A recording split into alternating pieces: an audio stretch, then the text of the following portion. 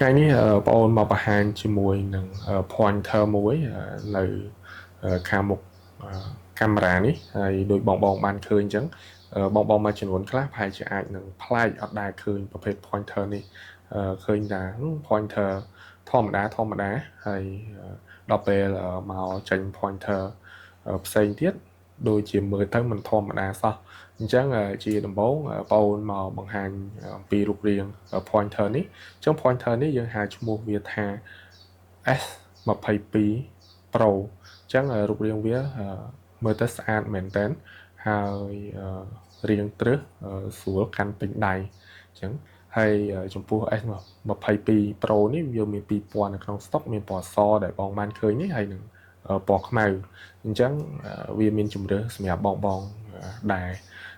ស្រឡាញ់បងខ្លះក៏ស្រឡាញ់សបងខ្លះក៏ស្រឡាញ់ខ្មៅហើយប៊ូតុននៅខាងលើនេះបងអូននឹងបញ្យល់លម្អិតមួយហេតុអីក៏មានប៊ូតុនច្រើនម៉េះអញ្ចឹងបងបានលើឈ្មោះវាហើយគឺ S22 Pro អញ្ចឹង Pro ហ្នឹងគឺ professional នឹងឯងអញ្ចឹង professional សម្រាប់អ្នកជំនាញអញ្ចឹងឧបករណ៍មួយនេះវាស័ក្តិសមជាមួយនឹងលោកគ្រូអ្នកគ្រូម្ចាស់អាជីវកម្មអ្នកធ្វើបទបង្ហាញអីផ្សេងដែលយើងលក់សេវាកម្មផ្សេងដែលយើងត្រូវទៅជួបភ្ញៀវហើយពន្យល់អំពីសេវាកម្មរបស់យើងមួយវាពឹងផ្អែកទៅលើជំនាញរបស់យើងអញ្ចឹងនៅពេលដែលយើងមានជំនាញក្នុងការធ្វើបទបង្ហាញធ្វើឲ្យអ្នកមើលគាត់ជក់ចិត្តដិតអារម្មណ៍ហើយធ្វើឲ្យការលក់របស់យើងអាចនឹងគាត់ពេញចិត្តហើយទិញ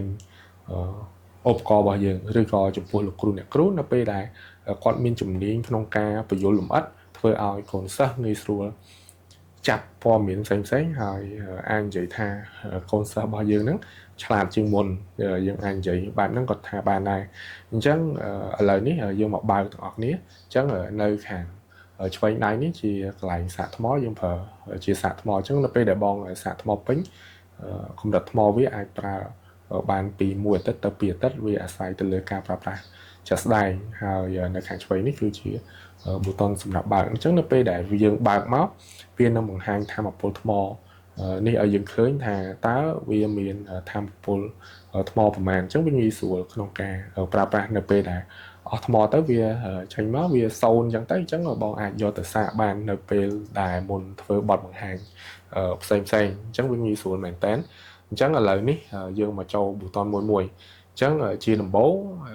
បងបានឃើញ slide នៅខាងមុខនឹងហើយគឺបងអូនយកមកបញ្យល់បងថាតើយើងប្រើប្រាស់បែបមិនដែរបងអូនសូមបញ្ជាក់បន្ថែមបន្តិចចំពោះឧបករណ៍នេះយើងប្រើបានទាំង Windows ប្រើបានទាំង Linux ប្រើបានទាំង MacBook ប៉ុន្តែនៅក្នុងចំណុច MacBook ឡើងនេះមានបងមួយចំនួនខ្លះក៏ផ្ដល់ព័ត៌មានដែរថាប្រើប្រាស់អត់កើតប៉ុន្តែចំពោះមុខងារវាមួយនេះគឺយើងប្រើប្រាស់បានលើកលែងបងមាន adapter មួយទៀតដែលបំបែកពី Type C ទៅកាន់ USB អញ្ចឹងចំពោះ USB វាស្គាល់ USB 1 2 3អញ្ចឹងទៅអញ្ចឹងវាងាយស្រួលមែនតើអញ្ចឹងបងអត់បារម្ភទេអញ្ចឹងយើងចូលមកចំណុចសំខាន់របស់យើងវិញទី1 pointer មួយចំនួនខ្លះដូចបងបានឃើញអញ្ចឹងយើងអត់អាចបញ្ជានៅពេលដែលវាកំពុងតែនៅស្ថានភាពបែបហ្នឹងឯងលើកលែងតែ slide ហ្នឹងវាធំអញ្ចឹងយើងប្រិចវាចេញជា slide show បានយើងបញ្ជាបានប៉ុន្តែ pointer នេះវិញអត់ទេអញ្ចឹងបងអាចបញ្ជាបាននៅពេលដែលនៅក្នុង slide ទូចបែបនេះអញ្ចឹងបងចង់ចូលចំណុចណាអញ្ចឹងបងអាចមកចំណុចហ្នឹងតែផ្ទាល់តែម្ដងអញ្ចឹងបងអត់បារម្ភទេអញ្ចឹង pointer នេះដូចម្ដេចដែលគេហៅថា pro អញ្ចឹងវាអាចមានមុខងារជួយ support ការងារមួយចំនួនខ្លះអញ្ចឹងធ្វើឲ្យបងខ្លាចទៅជាអ្នកជំនាញធ្វើបទបង្ហាញបន្ថែមទៀតបន្តមកទៀតនៅខាងឆ្វេងដៃនេះដូចបងឃើញប៊ូតុននេះយើងអាចព្រិច slide របស់យើងអញ្ចឹងនៅពេលដែលយើងព្រិចមកវានឹងធំហើយយើងចាប់ផ្ដើមធ្វើបទបង្ហាញនៅពេលដែលបងធ្វើបទបង្ហាញអញ្ចឹងវាមានប៊ូតុននៅខាងលើនេះមានចំនួន5ដូចបងឃើញអញ្ចឹងទី1បង្ហាញឲ្យslide យើងវាធំចូលទៅកាន់ slide show បន្ទាប់មកប៊ូតុននៅខាងក្រោមនេះមានន័យថាយើងចុច slide មកយើងចុះមកក្រោមអញ្ចឹងនៅពេលដែលបងធ្វើបទបង្ហាញពីមួយចំណុចទៅមួយចំណុចបងនឹងចុះមកក្រោមហើយអញ្ចឹងនៅពេលដែលបងបញ្យល់បញ្ជាក់បន្ថែមបងប្រកាសជាត្រូវការ pointer ដើម្បីច្អល់បង្ហាញថា ta cái lại cho nói e nè ta bị miền một nia ở việc bài mạch hai ấy có việc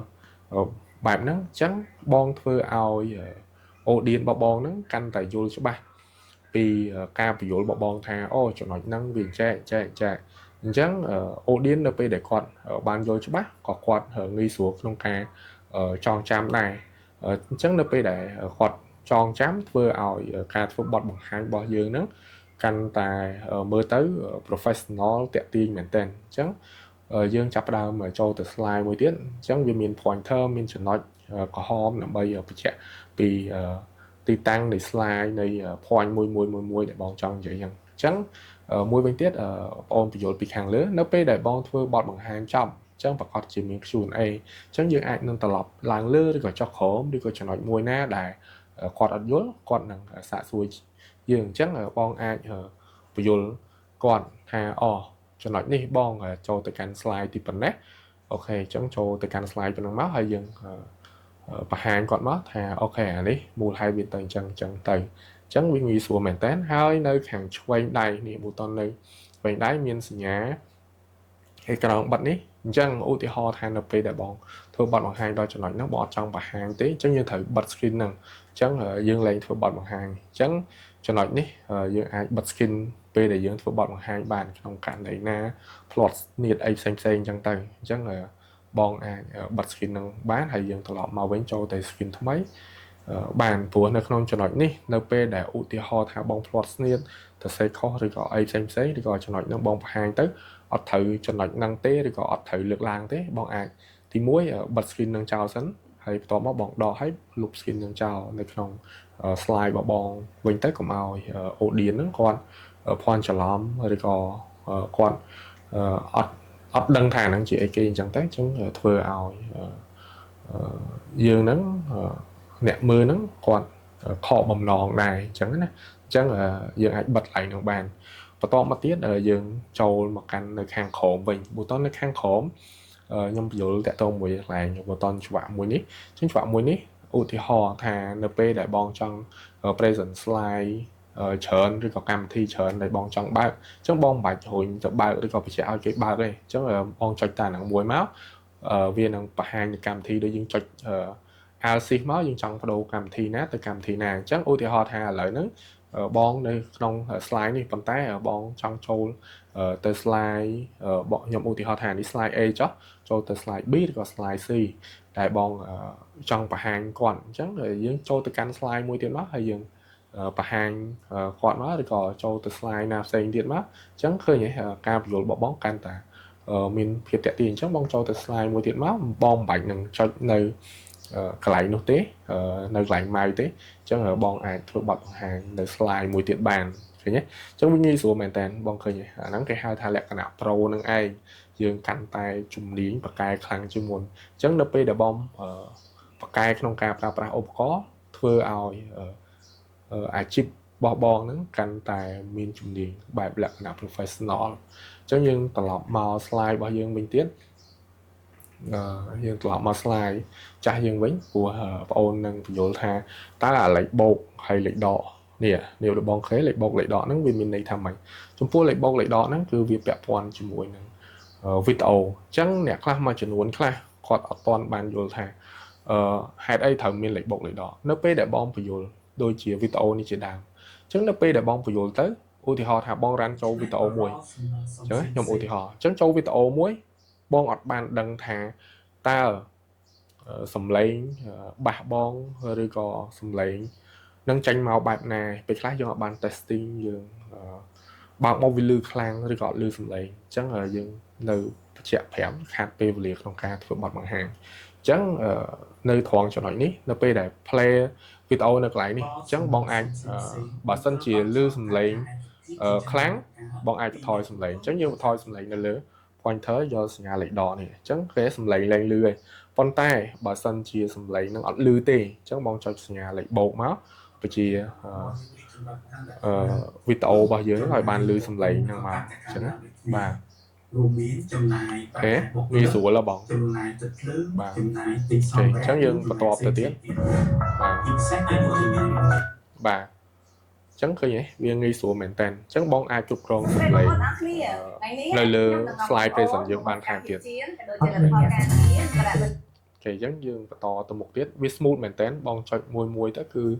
vì ọt miền phiệp rạ rồi thế và tay ở pe class nơi pe đại miền phiệp rạ rồi cho pua ôm coi lấy tình đấy vìประกอบchỉ chua bật tê hay vì mìnhประกอบlọ cho này chẳng ở nơi pe đại rạ rồi vì cái này sáng sáng bong ai đỏ USB ដែល connect ជាមួយនឹង pointer ហ្នឹងដកឲ្យដាក់វិញទៅវានឹងស្គាល់ហើយអញ្ចឹងបងប្អូនចង់បញ្ជាក់ឡើងហ្នឹងបន្តិចគ្មានរបស់អីដែលមិនចេះ error ទេអញ្ចឹងបងប្អូនចង់បញ្ជាក់បន្ថែមបន្តិចព្រោះអីរបស់ហ្នឹងខ្លាចតែវាខូចវាចុចអត់ដែរប៉ុន្តែបើក្នុងករណី error ប្រកាសជាមានហើយមិនថាឧទាហរណ៍ថាទូរស័ព្ទ iPhone អញ្ចឹងចុះទូរស័ព្ទ iPhone ក៏វានៅតែ error វានៅតែមានបញ្ហាដែរអញ្ចឹងណាអញ្ចឹងបងប្អូនបញ្ជាក់ត្រង់ហ្នឹងសម្រាប់បងគាត់ទិញយកទៅប្រើប្រាស់អីផ្សេងៗងាយស្រួលក្នុងការដោះស្រាយភ្លាមអូខេអញ្ចឹងយើងបន្តទៅមុខទៀតអូខេអញ្ចឹងដល់ពេលយើងចូលមកដល់វីដេអូរបស់យើងដោយវីដេអូនេះលឿនខ្លាំងអញ្ចឹងយើងបន្ថយសំឡេងបាទអូខេអញ្ចឹងយើងបន្តបាទអូខេអញ្ចឹងការធ្វើបទបង្ហាញរបស់យើងហ្នឹងវា smooth ងាយស្រួលបាទតោះអញ្ចឹងដូចបងឃើញអញ្ចឹងវិញងាយស្រួលមែនតើចុចចុះចុចឡើងអីផ្សេងតាមបងចង់បញ្ជាអញ្ចឹងសម្រាប់បងណាមានបំណងចង់បានប្រភេទ pointer S22 Pro នេះអាចទាក់ទងមកកាន់ P-shop សម្រាប់សាកសួរព័ត៌មានលម្អិតបន្ថែមហើយជាមួយនឹងតម្លៃផ្សេងសូមអរគុណបង